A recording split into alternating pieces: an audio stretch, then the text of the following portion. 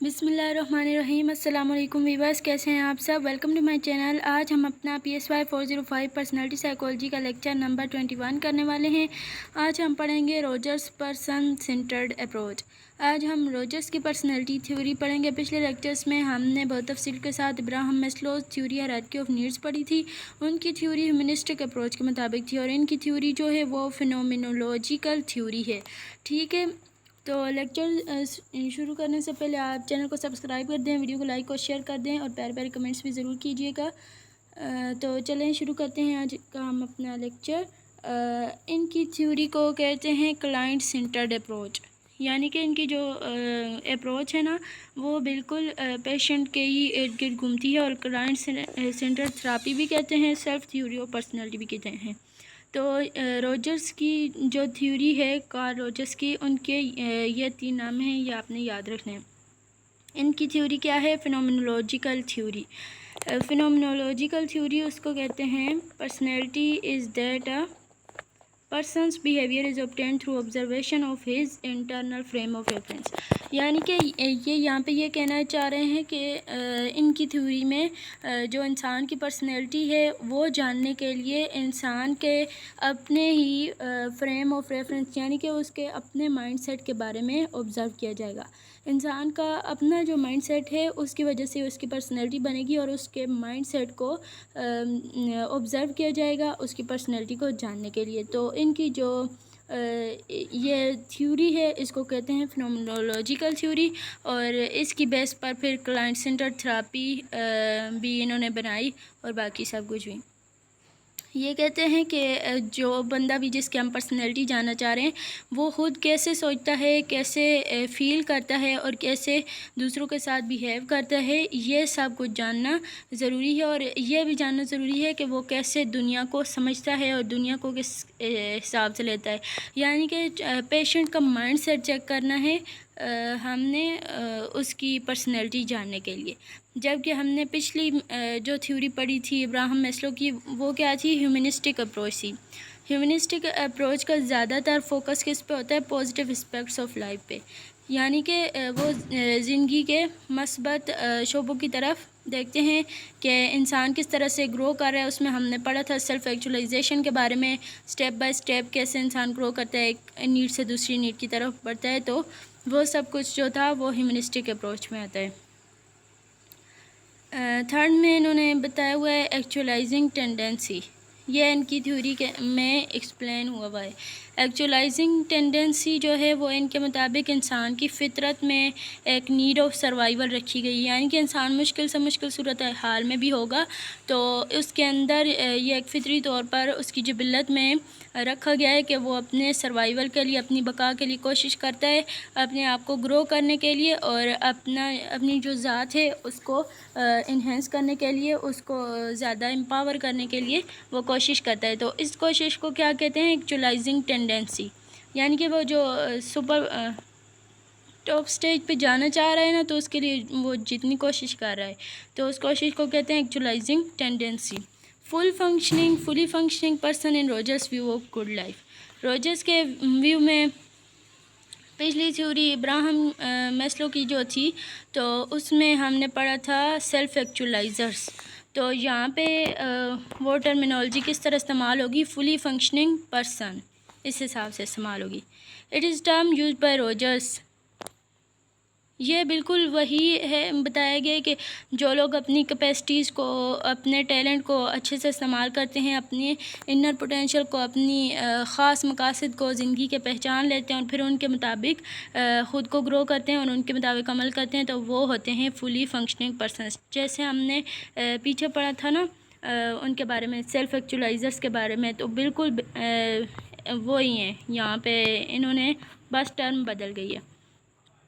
आगे इनकी थ्योरी में ये आउटलाइन पहले दी हुई है, पहले हम देखेंगे बायोग्राफिकल स्केच, उसके बाद actualising tendency, Rogers phenomenological position, concept of self, need for positive regard, conditions of worth, unconditional positive regard, experience of threat and process of defence, threat anxiety, defence mechanisms. ये conditions of worth तक I think हम इसमें पढ़ेंगे। Defence mechanisms, fully functioning person. फिर 5 characteristics आती हैं fully functioning की। Openness to experience, experiential living, organismic trusting, experiential freedom, creativity और psychological maturity. Rogers view of science and research, measuring self concept, personality organisation, client centre therapy, psychotherapy and gardening, student centre teaching, summary evaluation. ये सब कुछ हम आगे इंशाल्लाह detail में discuss करेंगे। तो पहले क्या आता है, रोजर्स पर्सन सेंटर्ड अप्रोच, यानी कि इनकी अप्रोच बेसिकली है क्या, फिनोमेनोलॉजी। ये कहते हैं कि ये एक स्टडी है जिसमें ये देखा जाता है कि जो सब्जेक्ट है यानी कि पेशेंट वो कैसे एक्सपीरियंस कर रहा है, वो क्या फ़ील कर रहा है और उसके अपने कंसेप्ट क्या हैं, उसके दिमाग के अंदर क्या आइडियाज़ हैं उसके अपने बारे में या दूसरों के बारे में या पूरी दुनिया के बारे में उसके अंदर क्या कंसेप्ट है। इस कंसेप्ट को स्टडी करने को कहते हैं फिनोमेनोलॉजी। और इसी फिनोमेनोलॉजी को इस्तेमाल करते हुए यहाँ पे हम थ्योरी पढ़ेंगे कार्ल रोजर्स की। रोजर्स के मुताबिक जो किसी का बिहेवियर है वो इस बात पर डिपेंड करता है कि वो कैसे दुनिया को देखता है और ये उस चीज़ का रिज़ल्ट है जो कि यानी कि वो फिर भी है वो उस तरीके से करेगा जैसे वो उसने दुनिया को परसीव किया है, जैसे उसने दुनिया को समझा है, देखा है, तो उस हिसाब से वो परसीव कर बिहेव करेगा, उस हिसाब से वो अपना पर्सनैलिटी और बिहेवियर शो करेगा। तो इन्होंने आगे सेल्फ और उसकी करैक्टरिस्टिक पे बात की है।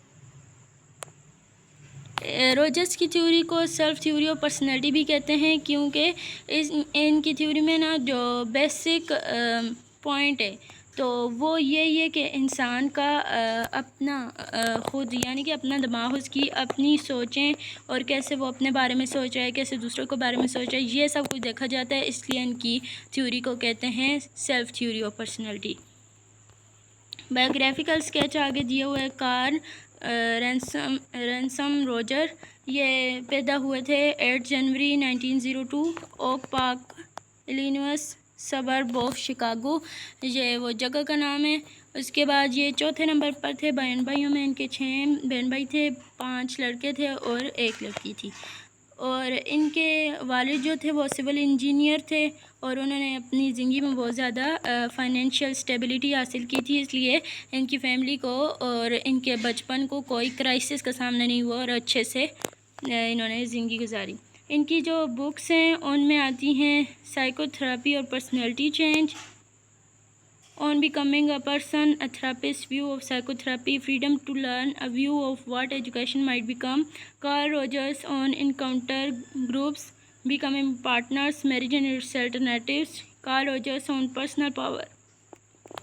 इनकी ऑटोबायोग्राफी भी है जो कि इनकी book a history of psychology in autobiography, इसमें लिखा गया है।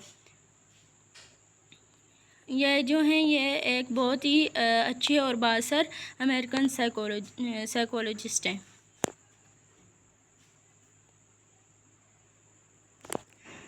कार्ल रोजर्स के मुताबिक जैसे इन्होंने अपने क्लिनिकल एक्सपीरियंस किया तो इन्होंने फिर अपनी थ्योरी दी जिसके मुताबिक इंसान जो है वो बुनियादी तौर पर क्या है एक मकसदियत रखता है अपने अंदर और उसके अंदर ये क़ुव्वत है कि वो आगे बढ़ना चाहता है, एक कंस्ट्रक्टिव यानी कि पॉजिटिव थिंग्स इसमें भी देखी गई हैं और हकीकत पसंद है और काबिल एतबार है। इंसानी जो फितरत है ना उसकी खूबियाँ बयान की गई हैं।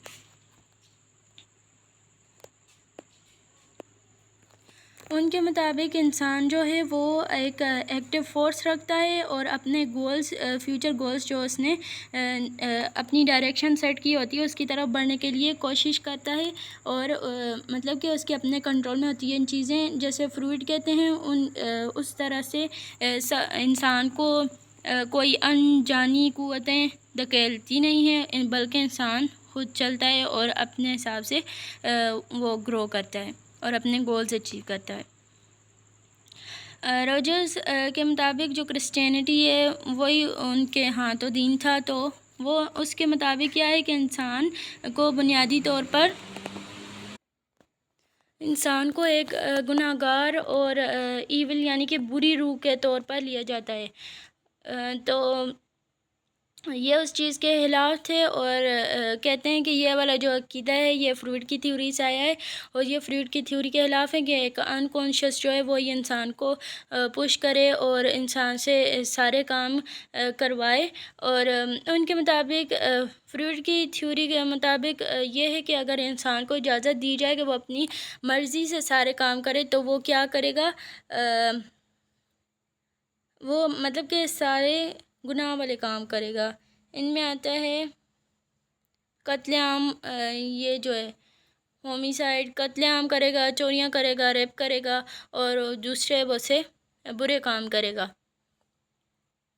जबकि इनके यानी कि फ्रूड के थ्योरी के मुताबिक इंसान जो है ना वो बुनियादी तौर पर एक इर्रेशनल गैर हकीकी सोच है उसकी, नॉन सोशलाइज्ड और सेल्फिश, खुद गर्ज़ है।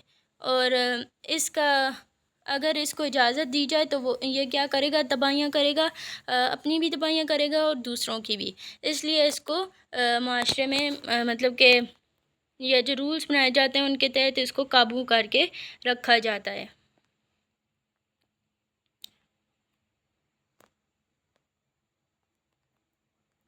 जबकि रोजर्स रोजर्स नहीं सॉरी हाँ रोजर्स ही रोजर्स के मुताबिक क्या है कि इंसान को जब फुली फंक्शनिंग यानी कि उसको आज़ादी दी जाए काम करने की कि वो अपनी मर्ज़ी से कुछ भी कर सकता है, तो वो क्या करेगा, अपनी अंदर की नेचर को सेटिस्फाई करने की कोशिश करेगा जो कि उसकी नेचर उसको पॉजिटिव मस्बत कामों और हकीकत पसंद कामों का हुक्म देती है। और वो ऐसे काम करेगा जो उसके लिए भी और दूसरों के लिए भी और नेचर के साथ भी हारमनी यानी कि यकसुई पाई जाएगी, सब काम में यकसानियत होगी और फिर अच्छे से सोसाइटी चलेगी।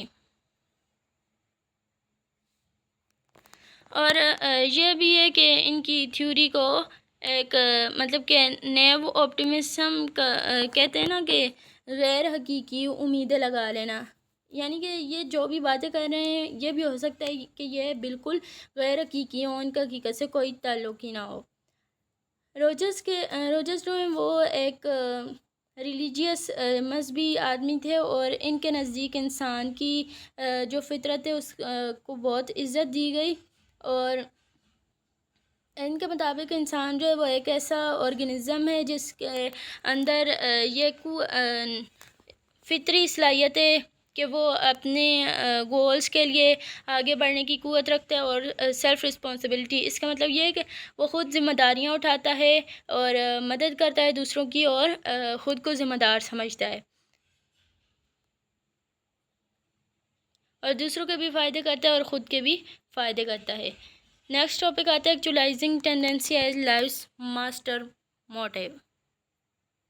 एक्चुअलाइजिंग टेंडेंसी हमने पीछे पढ़ा क्या है कि अपने गोल्स की तरफ मूव करने के लिए इंसान जो कोशिश कर रहा होता है तो वो होती है actualising tendency. All behaviour is energised and directed by single unitary motive, यानी कि इंसान के अंदर एक क़ुव्वत रखी गई है, मोटिव कहते हैं मुहर्रिक, जो आपको पुश करे कि आप कोई काम करें। तो इंसान का बिहेवियर जो है वो कैसे पुश होता है, एक वाहिद और मज़बूत किस्म का उसके अंदर मुहर्रिक है जो इसको हम कहते हैं एक्चुअलाइजिंग टेंडेंसी, यानी कि वो अपना बेटर वर्जन हासिल करने के लिए टॉप पर पहुंचने के लिए कोशिश करता है, जिसको कहते हैं एक्चुअलाइजिंग टेंडेंसी। पहले क्या होता है, इसका फर्स्ट स्टेप में physiological process of entire body, यानी कि अपनी बॉडी का ख्याल रखा जाता है। इंसान खाए पिएगा तो उसके बाद ही वो एक्चुअलाइजिंग टेंडेंसी और अला किस्म के मकासद हासिल कर सकेगा जब खुद का ख्याल रखेगा। फर्स्ट लेवल पे ये फिजियोलॉजिकल नीड्स आती हैं।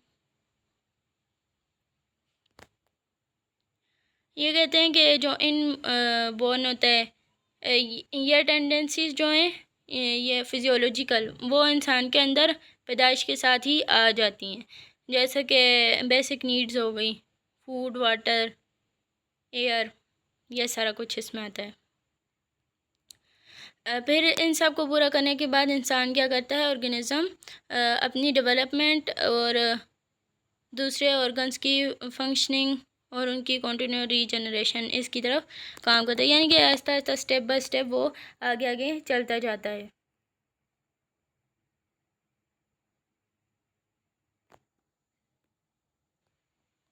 एक्चुअलाइजिंग टेंडेंसी जो होती है वो इंसान की ख़ुद पर एतबार करने की सलाहियत को ज़्यादा करती है, जिसकी वजह से इंसान अपनी फ़ील्ड में और ज़्यादा आगे बढ़ता है और एक क्रिएटिव इंसान बन जाता है।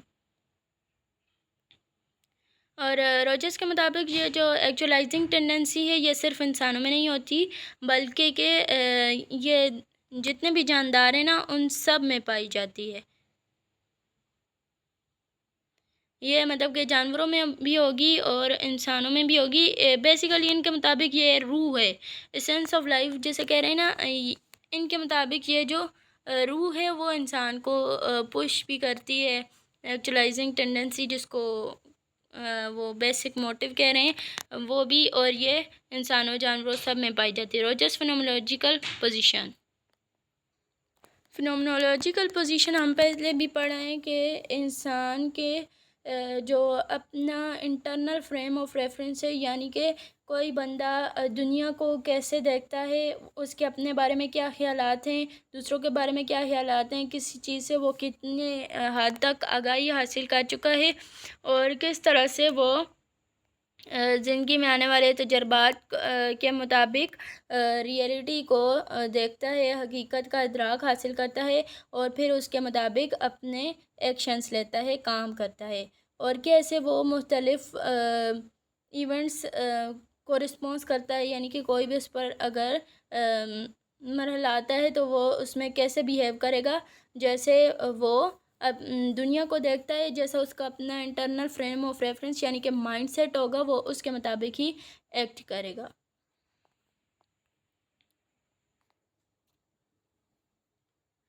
तो रोजर्स के मुताबिक जो इंसान की और इंसान के बिहेवियर और पर्सनैलिटी की बेस्ट अंडरस्टैंडिंग है वो कैसे हो सकती है, उसके इंटरनल फ्रेम ऑफ रेफरेंस की ऑब्जर्वेशन से। यानी कि वो क्या सोच रहा है, वो कैसे सोचता है, वो कैसे महसूस करता है और कैसे बिहेव करता है, ये हम पीछे भी पढ़ के आ चुके हैं। तो वो कैसे दुनिया को देखता है ये सब ही डिटरमिन करेगा उस बंदे के बिहेवियर और उसकी पर्सनैलिटी को।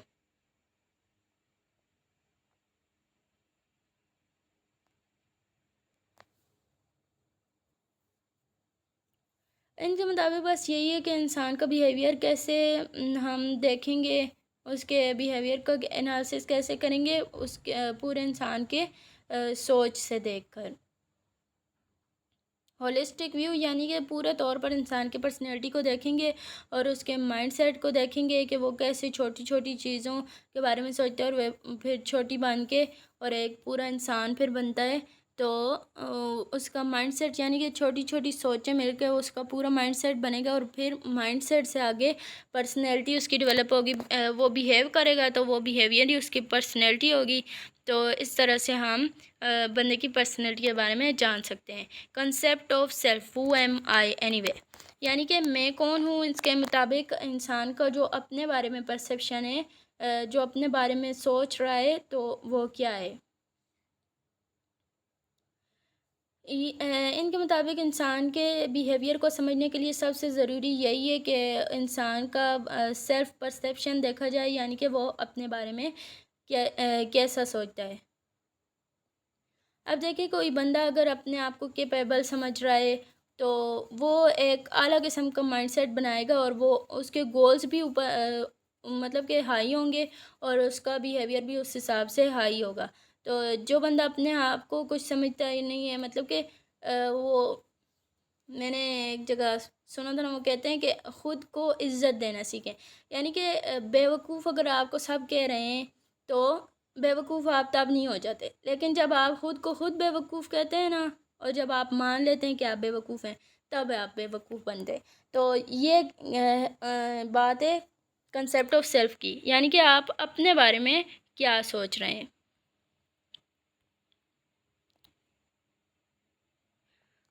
आप अपने बारे में क्या सोच रहे हैं और क्या सोचना चाहते हैं और कैसे बनना चाहते हैं। इसमें कैसे बनना चाहते हैं वाली बात में आता है आइडियल सेल्फ। ये आइडियल सेल्फ भी इधर लिखा हुआ है। तो आइडियल सेल्फ वो होता है जैसा आपके जहन में एक अच्छा फिगर है कि आप उस तरह का बनना चाहते हैं, तो वो आइडियल सेल्फ होता है। उसके लिए आप फिर कोशिश करते हैं प्रेजेंट से, वो फिर नहीं क्या है, एक्चुअलाइजिंग टेंडेंसी, उससे काम करके फिर आप वो आइडियल सेल्फ को गेन करते हैं। इनके मुताबिक जो आइडियल सेल्फ है ना, वो सुपर ईगो, फ्रूइड की थ्योरी में जो सुपर ईगो का जैसा कंसेप्ट है वैसा ही है।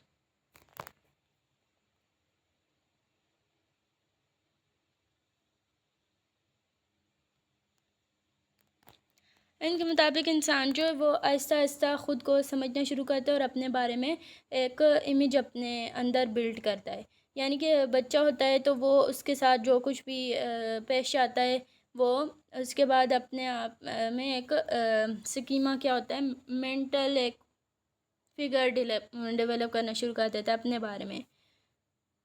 पहले उसको भूख प्यास और बस गर्मी सर्दी का पता होता है, और ये बेसिक बायोलॉजिकल नीड्स बस इनका ही पता होता है। उसके बाद आहिस्ता आहिस्ता से उसकी नीड्स बढ़ती जाती हैं और फिर उनके लिए वो कोशिश करना शुरू कर देता है। इसमें बस सारा कुछ यही है। लंबी कहानियाँ लिखी हुई हैं, यहाँ पे हाईलाइट भी मैंने सारा ही कर दिया है। तो need for positive regard simple words में यही समझे कि कोई आपको सलूट कर रहा है। यानी कि आप कोई अच्छा काम करते हैं ना, तो आपकी जो तारीफ़ होती है और आपको अच्छा फील होता है, यह होता है पॉजिटिव रिगार्ड। नीड फॉर इनके रोजर्स के मुताबिक हर इंसान जो है उसके अंदर एक ये बुनियादी ख्वाहिश है कि वो चाहता है कि उसको रिस्पेक्ट मिले और उसकी तारीफ़ की जाए, उससे मोहब्बत की जाए, और जो वो काम कर रहा है दूसरों के लिए आसानियाँ कर रहा है, तो दूसरे लोग जो हैं वो अपनी ज़िंदगियों में उस बंदे उसकी इम्पोर्टेंस को एक्सेप्ट करें, उसको तस्लीम करें कि हाँ भाई वाह वाह बंदा है। तो मतलब कि अगर कोई आपकी तारीफ़ करता है तो फिर आपको अच्छा लगता है। जैसे ही अवेयरनेस ऑफ सेल्फ डेवलप होती है, यानी कि इंसान को ख़ुद की पहचान हासिल होती है, अपने बारे में वो एक इमेज बिल्ड करता है, तो उसके बाद फिर वो चाहता है कि उसकी इज़्ज़त की जाए, पॉजिटिव रिगार्ड, यानी कि उसको सराहा जाए, उसकी जितनी भी कोशिशें हैं तो उनको माना जाए और उनको उसकी इज़्ज़त की जाए। तो इससे क्या होता है, पर्सन को सेटिस्फेक्शन हासिल होती है। और अगर उसको नहीं सराहा जाता है, इसके ऑपोजिट उसके साथ किया जाता है, तो फिर उससे क्या होता है, उसको फ्रस्ट्रेशन होती है, यानी कि उसको गुस्सा आता है, उसके दिमाग में कॉन्फ्लिक्ट आ जाता है। और इनके मुताबिक ये लर्न भी हो सकती है, यानी कि ज़िंदगी में बाद में कोई सीखे कि उसको तारीफ़ की जाए, उसको अच्छा लगे, और ये फ़ितरत में भी हो सकती है। वैसे मुझे लगता है ये इन्नेटली होती है, यानी कि इंसान की फ़ितरत में होती है। आप बच्चे को देखें, आप उसके लिए क्लैपिंग करेंगे, छोटा छोटा अगर वो एक दो लफ्ज़ बोलना शुरू हुआ है, कदम उठाना शुरू हुआ है, तो वो जो है वो खुश होगा और ज़्यादा चलना शुरू करेगा या बातें करेगा। तो ये सब कुछ, ये जो होता है ना नीड फॉर पॉजिटिव रिगार्ड, तो ये इंसान की जिबिलत में रखा गया है, इंसान को अच्छा लगता है। कंडीशंस ऑफ वर्थ, ये फिर नीड फॉर पॉजिटिव रिगार्ड से आगे का दर्जा है, मतलब कि इंसान को अपनी अहमियत का एहसास हो जाता है और इंसान अपने बारे में बहुत ज़्यादा सेंसिटिव हो जाता है।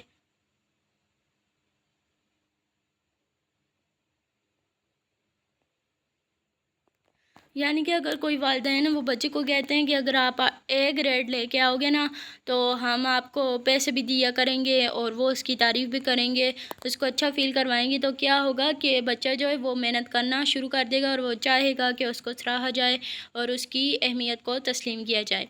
तो रोजर्स के मुताबिक ये है कि इंसान को फुली फंक्शनिंग पर्सन बनाने के लिए, यानी कि सेल्फ एक इंसान को ना काबिल इंसान बनाने के लिए क्या किया जाए कि ये जो है कंडीशन ऑफ वर्थ, ये ज़रूर अप्लाई की जाए।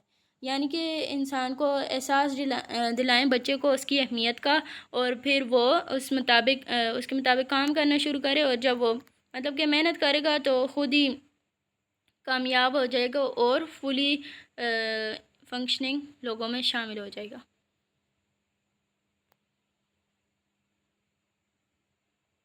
और उसको बच्चे को जो है ना अपनी अहमियत का एहसास होना वक्त के साथ साथ शुरू हो जाता है। उसको अपने अमल से, सोचों और जज्बात से फिर वो सारा कुछ उसको सपोर्ट किया जाता है ना, तो फिर उसको ख़ुद ही अपनी अहमियत का एहसास होता है। Unconditional positive regard. Unconditional positive regard ये पेरेंट्स की तरफ से होता है। इसका मतलब ये है कि जो बंदा आपकी तारीफ़ कर रहा है, आपको सपोर्ट कर रहा है, तो उसको आपसे कुछ भी नहीं मिल रहा, वो अनकंडीशनली सब कुछ कर रहा है। उसने कोई कंडीशन नहीं रखी। जैसे ऊपर हमने पढ़ा है कि अगर बच्चा ए ग्रेड लेके आएगा तो पेरेंट्स उसको सपोर्ट करेंगे, उसको पैसे वगैरह देंगे और बाकी सब कुछ। तो यहाँ पे अनकंडीशनल पॉजिटिव रिगार्ड है। यहाँ पे मिसाल दी गई है माँ के प्यार की, यानी कि माँ जो है वो बच्चे का ख्याल रखती है, सारा कुछ उसके लिए कर रही होती, तो बच्चे से माँ को कोई फ़ायदा नहीं हो रहा होता। तो माँ जो है वो अनकंडीशनल पॉजिटिव रिगार्ड कर रही है, उसको जवाबन कुछ नहीं मिल रहा, लेकिन उसके बावजूद वो काम करती जा रही है।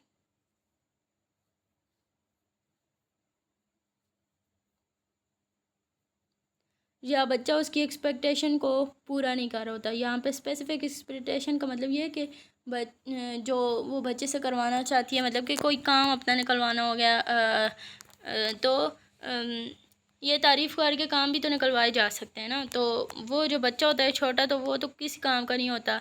तो माँ का जो प्यार होता है वो अनकंडीशनल पॉजिटिव रिगार्ड होता है। तो बस इसमें सब कुछ यही था। आप कंसेप्ट समझ लें और अपनी तरफ से लिख दीजिएगा। इन कहानियों का रट्टा मारेंगे बिल्कुल कोई ज़रूरत नहीं है। रट्टा मारेंगे तो वो भूल भी जाएगा, कंफ्यूज हो जाएंगे। और बस कंसेप्ट की बेस पे लिख दिया करें, कुछ भी लिख दिया करें, मतलब कि आपने अब समझ लिया है ना। एक बात, ये हेडिंग के जो वर्ड्स होते हैं ना, इनसे ही समझ आ जाता है कि इस हेडिंग के अंदर हमने कौन सी कहानी डालनी है। तो फिर आप उस हिसाब से कहानी डाल दिया करें। पेपर में जो लॉन्ग क्वेश्चन आते हैं ना, तो उनमें आपकी सारी सेल्फ राइटिंग के ही मार्क्स मेरे ख्याल से तो मिलते हैं। तो यहाँ पे एमसीक्यूज़ जो आएंगे वो सिनेरियोज़ आएंगे। मतलब कि अब यहाँ पे जैसे हमने एग्जांपल पढ़ी है, फादर जो है वो बच्चे को कहता है कि अगर आप ए ग्रेड लोगे तो हम आपकी वीकली अलाउंस आपको बढ़ा देंगे और चीज़ें वगैरह लेके देंगे। तो वो पूछेंगे एमसीक्यूज़ में कि इसमें क्या हो रहा है, यानी कि ये कौन सी कंडीशन है। तो फिर हम उसमें चूज़ करना होगा कंडीशंस ऑफ बर्थ, और माँ की मिसाल दे के पूछ लेंगे कि ये क्या है। तो इस किस्म के सिनेरियोज आते हैं एमसीक्यूज़ में, तो आपने इनको सही करके समझना है ताकि आपको सिनेरियोज में से पहचानना मुश्किल ना हो। और बाकी ये शॉर्ट में आए तो 2-3 लाइनें, मतलब कि बेसिक कंसेप्ट लिख दिया करें। और लॉन्ग में ये सारी जो हेडिंग्स हैं ना, ये शॉर्ट वाली हैं। लॉन्ग में अगर ये आ भी जाता है ना, तो आप इसका बेसिक कंसेप्ट लिखें, थोड़ा सा एक्सप्लेनेशन, हेडिंग्स बना दिया करें। हेडिंग से प्रेजेंटेशन थोड़ी अच्छी आ जाती है। आप एक्सप्लेनेशन की हेडिंग लिखें, नीचे 2-3 लाइनें लिखें, फिर एग्ज़ाम्पल, और इस तरह से बना दें। इसमें यही 5-6 हेडिंग्स थी, तो इनमें कुछ इतना इम्पोर्टेंट नहीं है, यानी कि रट्टा लगाने वाला। बाकी बस ठीक है, ये शॉर्ट में आ सकते हैं। 2 जो ऊपर हेडिंग्स थी, 3-4 ये भी शॉर्ट में आ सकती हैं। बाकी आप सब मुझे अपनी दुआओं में याद रखिएगा, और अल्लाह ताला आप सबको कामयाब फरमाए। Thank you so much and अल्लाह हाफिज़।